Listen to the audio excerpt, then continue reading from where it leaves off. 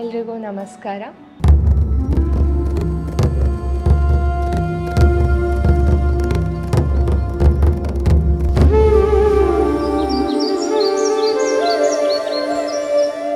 ಒಮ್ಮೆ ಒಬ್ಬ ವ್ಯಕ್ತಿ ಒಂದೂರಿಂದ ಇನ್ನೊಂದು ಊರಿಗೆ ಹೋಗ್ತಿರ್ತಾನೆ. ಮಧ್ಯದಲ್ಲಿ ಅರಣ್ಯ ಇರುತ್ತೆ. ಆ ಅರಣ್ಯವನ್ನು ದಾಟಿ ಹೋಗಬೇಕು. ತನ್ನ ಬಟ್ಟೆ ಬರೆ ಎಲ್ಲ ವಸ್ತುಗಳನ್ನ ಕಟ್ಕೊಂಡು ಹೋಗ್ತಿರ್ತಾನೆ. ಆ ಅರಣ್ಯದಲ್ಲಿ ಹೋಗಬೇಕಾದ್ರೆ ಅವನಿಗೆ ದಣಿವಾಗತ್ತೆ. ಇಲ್ಲಿ ಸ್ವಲ್ಪ ಕೂತ್ಕೊಂಡು ವಿಶ್ರಾಮ ಪಡೆಯೋಣ ಅಂತ ಅಂದ್ಕೋತಾನೆ. ಆಗ ಅಲ್ಲಿ ಒಂದು ಮರ ಕಾಣಿಸುತ್ತೆ. ಅದು ವಿಶಾಲವಾದ ಮರ. ಅದರ ಕೆಳಗೆ ನೆರಳಿರುತ್ತೆ. ಇಲ್ಲಿ ಕೂತ್ಕೊಂಡು ಒಂದು ಸ್ವಲ್ಪ ಹೊತ್ತು ವಿಶ್ರಾಂತಿ ಪಡಿಬೋದು ಅಂತ ಅಲ್ಲಿ ಹೋಗಿ ಕುಳಿತುಕೊಳ್ತಾನೆ.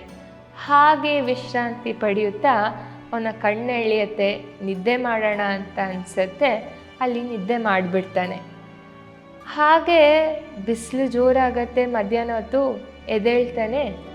ಅನ್ಕೋತಾನೆ ಮನಸ್ಸಲ್ಲಿ, ಏನಪ್ಪ ಇಷ್ಟು ಬಿಸಿಲಿದೆ, ಸ್ವಲ್ಪ ತಂಪಾಗಿರಬಾರ್ದಾ ಅಂತ ಮನಸ್ಸಲ್ಲಿ ಯೋಚನೆ ಮಾಡ್ಕೋತಾನೆ. ಹಾಗೆ ಯೋಚನೆ ಮಾಡೋಷ್ಟರಲ್ಲೇ ಆ ವಾತಾವರಣನೇ ಬದಲಾಗತ್ತೆ. ತಂಪಾದ ಗಾಳಿ ಬೀಸಕ್ಕೆ ಪ್ರಾರಂಭವಾಗತ್ತೆ. ಹಾಗೆ ಮಲಗ್ತಾನೆ.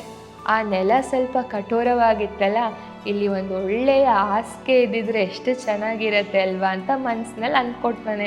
ಅವನು ಅಂದ್ಕೊಂಡಿದ್ದ ಕೂಡಲೇ ಅಲ್ಲಿ ಒಂದು ಹಾಸಿಗೆ ಕೂಡ ಪ್ರತ್ಯಕ್ಷವಾಗತ್ತೆ. ಅವನು ಹಾಸಿಗೆ ಮೇಲೆ ಕೂತ್ಕೊಂಡು ಆರಾಮಾಗಿ ಮಲ್ಕೋತಾನೆ. ಇನ್ನೊಂದು ಸ್ವಲ್ಪ ಸಮಯ ಕಳೆಯುತ್ತೆ. ಹೊಟ್ಟೆ ಹಸಿವಾಗತ್ತೆ.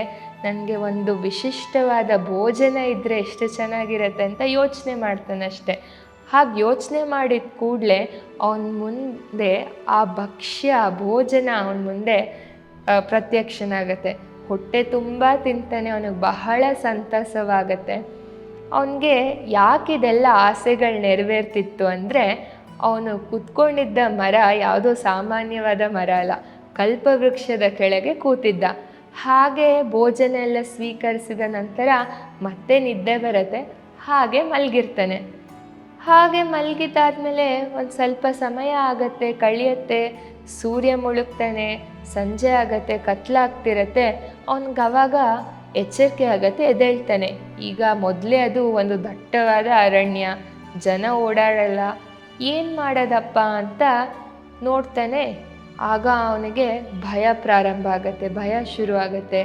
ಏನು ಇಲ್ಲಿ ಯಾರು ಜನರಿಲ್ವಲ್ಲ, ಯಾವುದಾದ್ರೂ ಒಂದು ಕಾಡಿನ ಪ್ರಾಣಿ ಬಂದು ನನ್ನ ತಿಂದ್ಬಿಟ್ರೆ ಏನು ಮಾಡೋದು ಅಂತ ಅವನಿಗೆ ಯೋಚನೆ ಬರುತ್ತೆ.